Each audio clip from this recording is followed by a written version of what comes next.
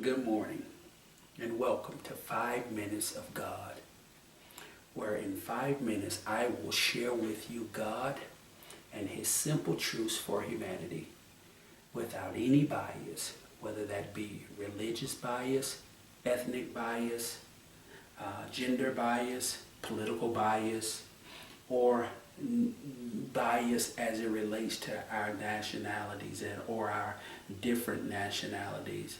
And for about 5 minutes, I want to talk with you about speaking things into existence. We read about the importance of speaking things into existence in the Bible, and I want to help you understand that there's a process to speaking things into existence, and the speaking part of the process happens in the middle of the process. But what must happen before you get to the speaking part of speaking things into existence is you must make yourself, demand of yourself that you begin by feeling things into existence.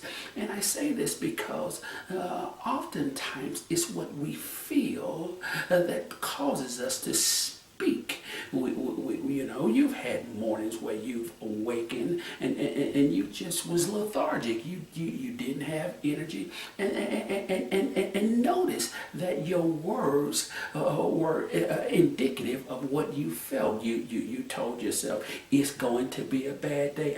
I just don't feel good. You spoke those things based upon how you feel. So what I say, beloved, is because we are all going to have mornings when we wake up just not feeling like it's our morning, that you've got to first begin by feeling that thing into existence. You've got to make yourself feel positive and energetic when you wake up. You've got to make yourself feel like today is my day and things are happening for me and they're working for my good. You've got to make yourself feel like the universe is aligning for your good, because when you feel this way, it has a way of making you speak the things that you feel. So we must begin by feeling things into existence. You've got to feel that thing, and you've got to feel like it's working for you and it's going to materialize.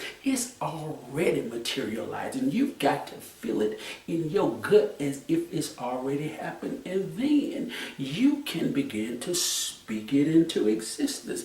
You've got to speak that, and instead of speaking to other people, you've got to begin by speaking to yourself.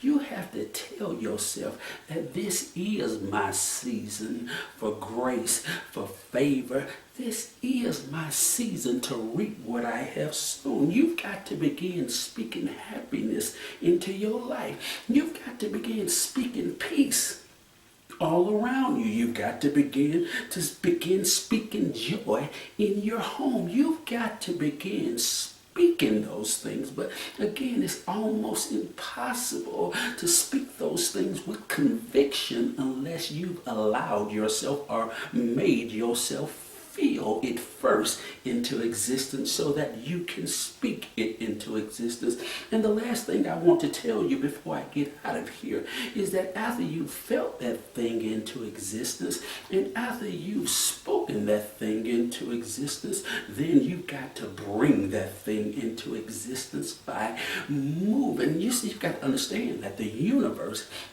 as you begin to speak, will call you. Your words will cause things and create movement within the universe. And the universe has a way of attracting that which we speak unto us. This is why when we say it's a bad day, how many of you know that the universe will bring to you what you have prophesied in your own life? So sometimes you've got to speak positivity in our lives so that the universe knows to begin to bring positivity in our lives. And after you speak that thing into existence, the last thing is that you've got to bring it into existence by meeting the universe and meeting God with massive actions. You've got to pray like it depends upon God, but you got to work like whatever you are pursuing depends on you. After you've felt it into existence, after you've spoken it into existence, then you must bring it into existence.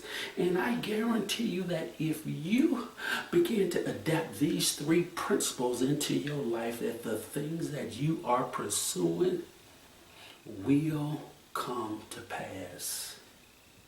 I don't promise you that it'll be today, tomorrow, or next week, but I promise you that if you can make yourself first feel it into existence, then speak it into existence, then bring it into existence, that God will meet you and he will grant you the desires of your heart.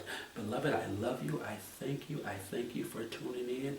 And until next time, goodbye.